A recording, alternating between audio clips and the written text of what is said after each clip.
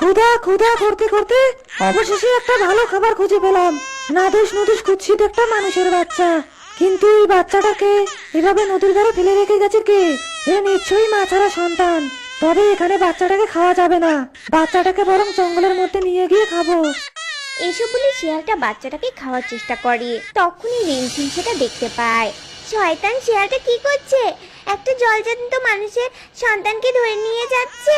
আশেপাশে তো কেউ নেই, বাচ্চাটার মনে হয় মাও নেই, মনে হয় এটা মা ছাড়া সন্তান। যে করে হোক বাচ্চাটাকে বাঁচাতেই হবে। শয়তান শিয়াল, কি করছিস তুই? একটা জলজান্ত মানুষের বাচ্চা থেকে নজর দিয়েছিস, তবে যে তোর রক্ষে নেই।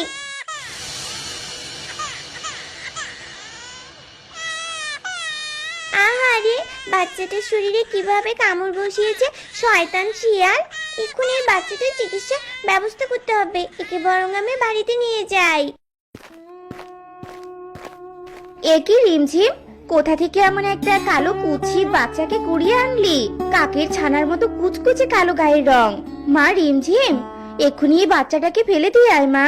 মা, এটা তুমি কি কথা বলছো? চোখের সামনে একটা আহত অসহায় বাচ্চাকে দেখে তোমার মায়া হচ্ছে না? মা, আমি কি শিয়ালের কুকুর থেকে বাঁচিয়ে নিচ্ছি, আর তুমি নির্দয়ের মতো বাচ্চাটাকে ফেলে দিতে বলছো? আমি যদি এমন কালো হতাম, তবে কি তুমিও আমায় ফেলে দিতে মা? না রিমঝিম, তোর পাকনা পাকনা কথার কাছে আমি আর পেরে উঠি না। আমি তো নির্দয়, সব মায়া তো তোর মনে। আচ্ছা, তোর যা ইচ্ছে হয় তুই তাই কর। এসব কথা বলে সোনালি চলে যায়, আর রিমঝিম বাচ্চাটাকে নিয়ে ঘরে যায় আর বাচ্চাটার ক্ষত স্থানে ঔষধ লাগিয়ে দিতে থাকে। ব্যাপারটা কি? বেলা গড়িয়ে দুপুর হলো, রিমঝিম দিদি তো আমার জন্য খাবার নিয়ে এলো না। আমার তো ক্ষুধাতে পেটের মধ্যে ইঁদুর দৌড়াচ্ছে। যাই, বাড়িতে গিয়ে দেখি তো। তবে এই ব্যাপার, তুমি এই কালো কুচকুচে বাচ্চাটাকে খাওয়াচ্ছ, অথচ আমাকে খাবার দেওয়ার কোনো নামই নেই। একটা মানুষের বাচ্চাকে পেটে না পেটে তুমি আমাকে ভুলে গেলে? কি ব্যাপার হংসী, এসব কি কথা বলছিস? তোকে কেন ভুলবো? আর শ্যামা কালু বলে কি ওর দেখভাল করতে হবে না? দেখছিসই তো মেয়েটা এখনো কত ছোট। যা, তুই পুকুরে গিয়ে সাঁতার কাটতে থাক, আমি তোর জন্য খাবার নিয়ে যাচ্ছি।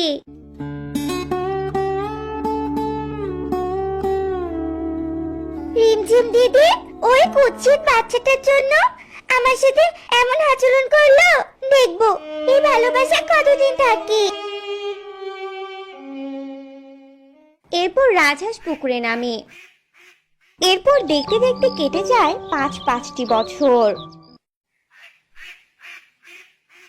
এই শ্যামা, এই তুই পুকুরের জলে পা ডুবিয়েছিস কেন? হ্যাঁ, তোর কালো শরীরে ছোঁয়া পেলে জল যদি কালো হয়ে যায়, তখন আমার মতো সাদা ধবধবে সুন্দরী হাঁস কালো জলে সাঁতার কাটবে কি করে রে? পুকুর ঘাটে বসে আছিস, সেখানেই থাক, জলে পা ডুবাবে না কিন্তু। চুপ কর তো রাজহাঁস, সাদা রঙের হয়েছিস বলে কি এত অহংকার করতে হবে নাকি? আর তুই যতই সুন্দরী হয় না কেন, রিমঝিম দিদি কিন্তু তোর থেকে আমাকে বেশি ভালোবাসে, বুঝেছিস?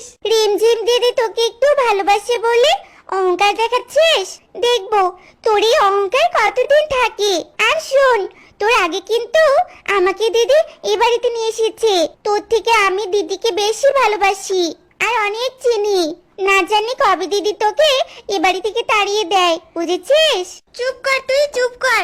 দিদি আমাকে কখনোই তাড়িয়ে দিবে না। শ্যামা, এই শ্যামা, কোথায় তুই? এদিকে আয় তো। ভালো করে শোন হংসী দিদি আমাকে ডাকছে, বুঝেছিস? দিদি নিশ্চয়ই আমার জন্য মজার করে খাবার নিয়ে এসেছে। কি হয়েছে দিদি, আমাকে ডাকছো কেন? আর তুমি আমার জন্য কি এনেছো? এই দেখ শ্যামা, কি সুন্দর একটা শুক পাখি, জঙ্গলে পড়েছিল মনে হয়, ডানায় আঘাত পেয়েছে, তাই আমি ওকে নিয়ে এসেছি। সেসব তো বুঝলাম, কিন্তু দিদি এই পাখি দিয়ে কি হবে? তুমি ওর ডানায় ব্যান্ডেজ বেঁধে দিয়ে জঙ্গলে ফেলে দিয়ে আসো, যাও। শ্যামা, এসব কি বলছিস? একে এভাবে ফেলে দিয়ে এলে তো ও না খেয়ে মরবে। ও যে উঠতেই পারে না, আর দেখছিসই তো ও দেখতে কত সুন্দর। কত সুন্দর রঙিন পালক। যাই বলো না কেন, ওকে আমার ভালো লাগছে না। শোনো, ও সুস্থ হলে ওকে তাড়িয়ে দিবে। সে কি শ্যামা, তুই এসব কি বলছিস? তোর মাথা খারাপ হলো নাকি? যা তো একটা কাঠি নিয়ে আয়, শুক পাখির ডানায় বেঁধে ব্যান্ডেজ করে দিতে হবে। কি হলো শ্যামা, তোর এত তাড়াতাড়ি খাওয়া শেষ? আবার পুকুর পাড়ে এসেছিস কেন রে? তোর মতে তো আর আমি বসে বসে খাই না, দিদি আমাকে কাঠি নিয়ে যেতে বলেছে। কাঠি দিয়ে কি হবে রে? তুই আবার নতুন ফোন দিয়েছিস নাকি? চুপ কর, আমি কি তোর মতো নাকি? দিদি একটা আহত শুক পাখিকে কুড়িয়ে নিয়ে এসেছে, আর পাখিটার ডানা ভাঙা তো, তাই শুক পাখির ডানে কাঠি দিয়ে ব্যান্ডেজ করে দিবে জানিস। এভাবে তো দিদি তোকেও খুঁজে পেয়েছিল। দেখিস, আবার শুক পাখির জন্য তোর কপাল যেন না পড়ে, কারণ শুক পাখি দেখতে ভীষণ সুন্দর, তোর মতো কুৎসিত নয়। তুই চুপ কর হংসি, তোকে এসব ভাবতে হবে না। দিদি আমায় খুব ভালোবাসি, আর শুক পাখি সুস্থ হলে ওকে দিদি জঙ্গলে ছেড়ে দিয়ে আসবে বলেছে। থামা তো তোর লেকচার। তোর মতো কুৎসিতকে দিদি বাড়িতে পারছে, আর শুক পাখির মতো সুন্দর পাখিকে তাড়াবে? সেটা কখনো হয় না, বুঝেছিস? না, তোর সাথে বকবক করে লাভ নেই, তুই বুঝবি না সব। কাঠি পেয়েছিস? দে তবে তাড়াতাড়ি।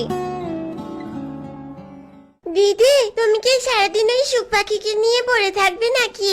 আর শুধু ওকেই খাবে, আমাকে একটুও খেতে দিবে না? এমন করছিস কেন শ্যামা? তুই তো এখন বড় হয়েছিস, তুই তো নিজেই খাবার নিয়ে খেতে পারিস। রিমঝিমের কথা শুনে শ্যামা মন খারাপ করে চলে যায়, আর রিমঝিম শুক পাখিকে সুস্থ করতে গিয়ে শ্যামার দেখভাল করা কমিয়ে দেয়। এতে শ্যামার ভীষণ মন খারাপ হয়। হংসির কথাই ঠিক, দিদি আমার কথা ভুলে গেছে। আমি যদি সুন্দরী হতাম, তবে আজ আর দিদি শুক পাখিকে নিয়ে আমার মাতামাতি করতো না। আমার মা নেই দেখে আমাকে কেউ ভালোবাসে না। হে সৃষ্টিকর্তা, আমি কি অপরাধ করেছিলাম? আমি কেন সুন্দর হলাম না? এই মেয়ে, এই শুনছো তুমি? তুমি চাইলে আমি তোমায় সাহায্য করতে পারি, তোমায় সুন্দর বানিয়ে দিতে পারি। কি সত্যি বলছো তুমি? তুমি আমায় সুন্দর বানিয়ে দিবে? তবে দয়া করে দাও না আমায় এক্ষুনি সুন্দর বানিয়ে। দিব, কিন্তু তার জন্য ওই শুক পাখির পাকা দরকার। যাও, শুক পাখির 3টা পালক নিয়ে আসো। কাকের কথা মতো শ্যামা ঘরে যায়, আর রিমঝিমের না থাকার সুযোগ বুঝে শ্যামা শুক পাখির কাছে যায় আর 3টি পালক ছিঁড়ে নেয়। আহ, কি করছো শ্যামা? আমার লাগছে তো। এভাবে কেন তুমি আমার পালক ছিঁড়লে? চুপ কর, তোর সেসব কথা না শুনলেও চলবে। এসব বলে শ্যামা চলে যায়, আর কাককে পাখা 3টা দেয়। এদিকে শুক পাখি ভাবে, শ্যামা আমার পালক দিয়ে খারাপ কিছু করবে না তো, দেখি তো গিয়ে। এরপর শুক পাখিও যায়। তখনই কাক পালক 3টে গিলে ফেলে, আর অবাক করা কাণ্ড, হঠাৎ সে কাক থেকে এক তান্ত্রিকে পরিণত হয়ে যায়। এসব কি হচ্ছে এখানে? আর তান্ত্রিক বাবা, আপনি কেন এখানে? আমি শয়তান শুক পাখিকে ধরতে এসেছি।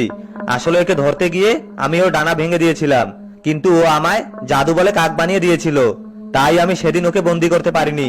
পরে তুমি যখন ওকে এ বাড়িতে নিয়ে আসো, সেদিনই আমি তোমার পিছু নিয়েছিলাম, আর এতদিন ওর উপর নজর রেখেছিলাম। আর আজ শ্যামাকে সুন্দরী বানানোর লোভ দেখিয়ে শুক পাখির পালক এনেছি, আর ওর পালক দ্বারাই আসল রূপ ফিরে পেয়েছি। এবার আর রক্ষা নেই তোর শুক পাখি, তোকে আমি এবার বন্দি করে নিয়ে যাব। শ্যামা, তুই সুন্দরী হওয়ার লোভে শুক পাখিকে বিপদে ফেললি? আমি তো তোকে এরূপেই ভালোবেসেছিলাম রে। ছি শ্যামা, ছি।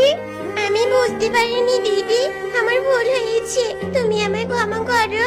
আসলে এই তান্ত্রিক আমায় ভুল বুঝিয়েছিল, তবে এই ভুলটা আমি শোধরাবই।